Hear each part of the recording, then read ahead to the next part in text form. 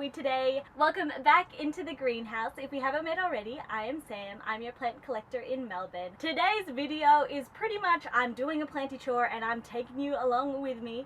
I have never done this before, so that is a disclaimer. And it's probably my first kind of good run with Anthurium seeds. I have never successfully pollinated any of my Anthuriums before, but I have been gifted with some beautiful seedlings from my friends, as well as I've purchased a few, and they're starting to get quite big that I need to transfer them into soil. So I think I will roughly go and summarize kind of what I have done up until this point, and I'll take you along the ride of what I'm going to be doing next to transferring them over into soil. First off, let's start off with showing you guys the seedlings, because I feel like that is probably the most exciting thing.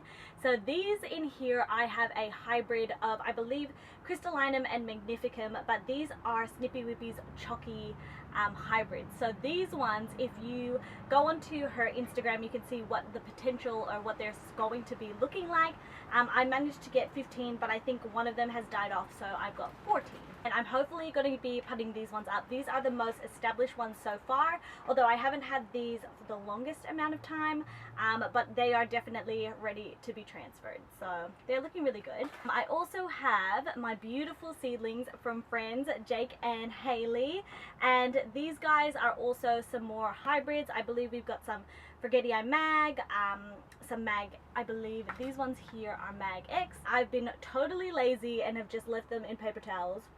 My bad. This is Heinz X something seedlings there. So they're all hybrids, they're no pure ones, but regardless, I am so excited. I have so many to do, and to be honest, I have been putting this off for a very long time. But I guess what I wanted to start off with is, if you've never kind of looked after Anthurium seedlings before, or you don't really know about the process, let me walk you through it. The best example that I have here is to show you Anthurium flowers or inflorescence kind of look like. Here I have my Anthurium clarinervium, and it is so lovely, giving me a new leaf as well as a inflorescence. So hopefully you can see right there, that is the flower, and it's just started to emerge and come out. When you have a Anthurium that has reached kind of maturity, that's when a majority of the time that they will flower.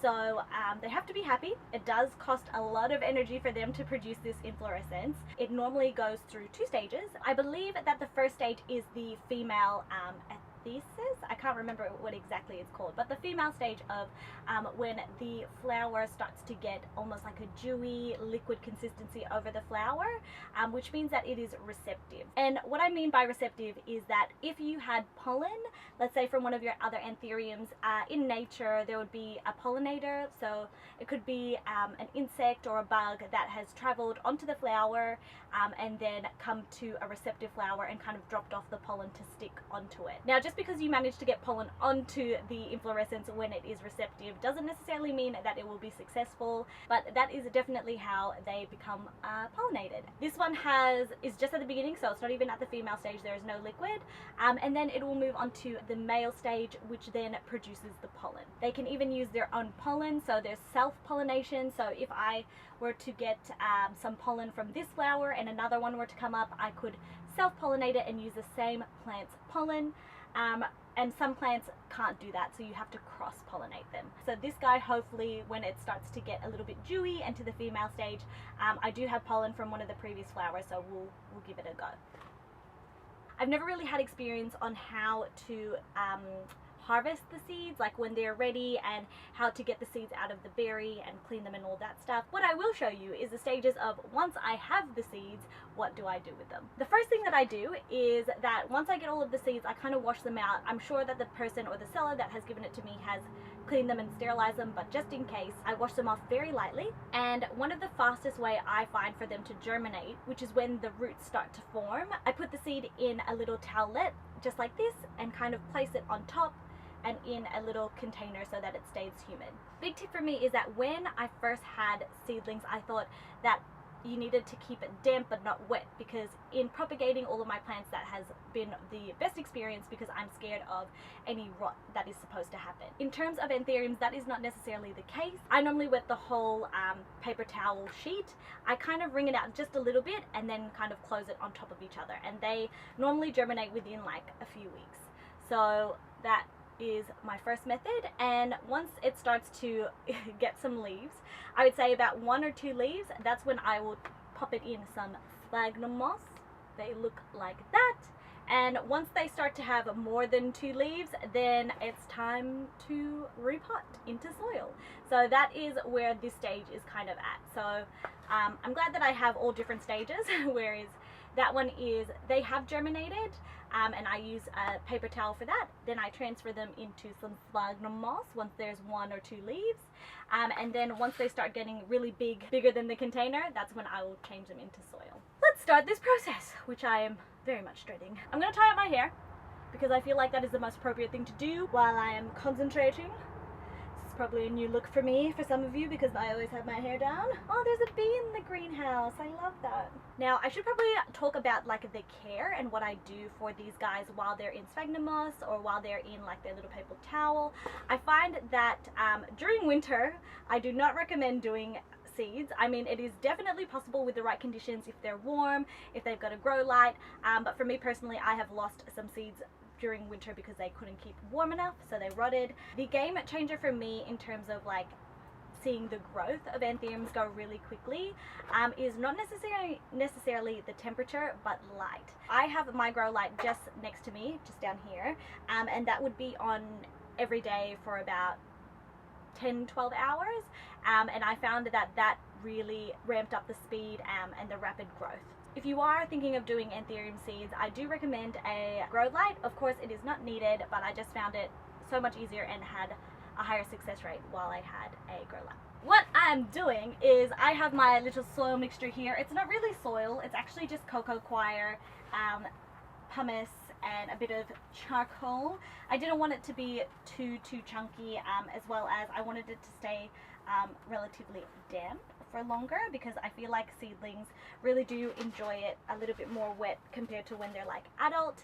So you can see there, it's not very chunky in my opinion. What I will be transferring them into is so this I just got from Bunnings.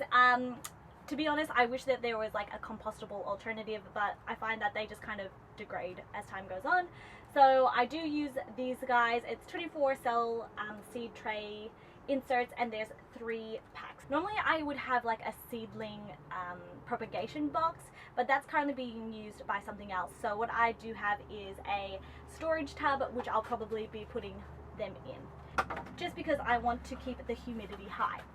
And what they are used to is these little containers, which really traps in the humidity. What I have a feeling I might do is I'm going to be transferring these guys into moss. I'm going to be I probably will put these guys in here, but keep the moss on top to keep it relatively down. So first off, I'm going to be transferring the chalky snippy whippy seedlings, and I'm just going to be using my hand, and I'm just probably going to fill them about 3/4 of the way. I genuinely don't know if this composition will work well for these guys, these little seedlings, but you know what? I'm all about trial and error. So I'm just going to give this a go, hope for the best. So 24 of those done, and I'm going to be very carefully dissecting all of these guys out of here and into there. Let's see how these guys are doing. I see so many roots at the bottom as well. So that's going to be fun to untangle. Love that. Little bubba there. And I'm just going to dig a little hole. And I can see just there, I'm not sure if you can see it too, but there is the little seed cap just there, and it's kind of like shriveled up and died. When I first did anthurium seeds, I was full freaking out when they were dying off, but now I do know, thanks to my friend Jazz, that that is totally normal. So I'm going to put this little guy. That has taken me a long time, but I have 14 of my beautiful babies sitting in there ready to be their own type of beautiful things. Some of these are actually already onto their 3rd leaf, which kind of suggests to me that I was a little bit late potting these up, but totally fine. I've kind of kept all of the sphagnum moss that was already around the roots intact, and just kind of distributed it at the top, and hopefully so that the roots will grow into sphagnum, and once it hits a certain point will hopefully go into the dirt. Might transfer these guys from the towel to the sphagnum, and I think I'm going to leave these guys in here because they seem to be doing happy and they haven't really outgrown the container just yet. So these are staying the way that they are. Try to remove these guys from the towel and put them into sphagnum. So we'll see how we go. Also, if you are planning on doing some seedling care for Anthurium seeds, I do highly recommend a spritzer as well. Let's try to untangle these guys. I think I might wet them. Might be a little bit easier.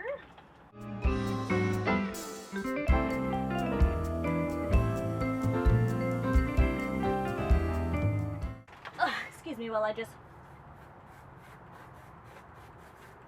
That is very, very wet. Very, very good. So I do know that some people actually like to chop up the sphagnum. I'm a little bit lazy and don't do that. And I also know that some people like to boil some really hot water to 100 degrees and kind of disinfect the sphagnum as well. I personally don't do that just because I, one, don't think I have the time, but two, in nature, I'm like, surely there's not people disinfecting the ground. So I don't think it's necessary. It's probably really good, kind of like when you are using secateurs and you're cutting your plants. I am lazy. So what I'm just going to do is place these guys into the sphagnum. Finally done. Those ones are finally in moss. So these ones have upgraded to sphagnum. I have some that have upgraded into soil. I will be honest that I don't really know exactly what I'm doing. I'm kind of just going off by some recommendations and things that I've watched online and on Instagram. Take everything that I say with a grain of salt. I'm still experimenting. It looks like I got cut off because my camera decided to die, but it's pretty much all done. I have put my little Anthurium seedlings in this little storage container, as you can see. And I've actually put the other Anthuriums in there as well, just in the little containers, those takeaway containers. So this is my little seedling. They're going to be underneath my chair that I'm currently sitting on where the grow lights are, and I'll probably be giving you guys some updates later on. So thank you once again for hanging out in the greenhouse with me. I hope this was insightful, that it helped you in any way, shape or form, that if you are thinking of doing Anthurium seedlings, to give it a go, give it a try. I would highly suggest it because it is really rewarding. I hope you all had a very restful break and that you celebrated the new year. Bring on 2021. I have so much in store for you guys, that I have lots of goals that I'm hoping to achieve. Thank you again for all your support, and if you've watched through all this video, I really truly appreciate it. I hope you stick around so that we can see whether these Anthurium seedlings make it or not, if they become huge and beautiful, or if they shrivel up and die. I'll see you next week in the next video.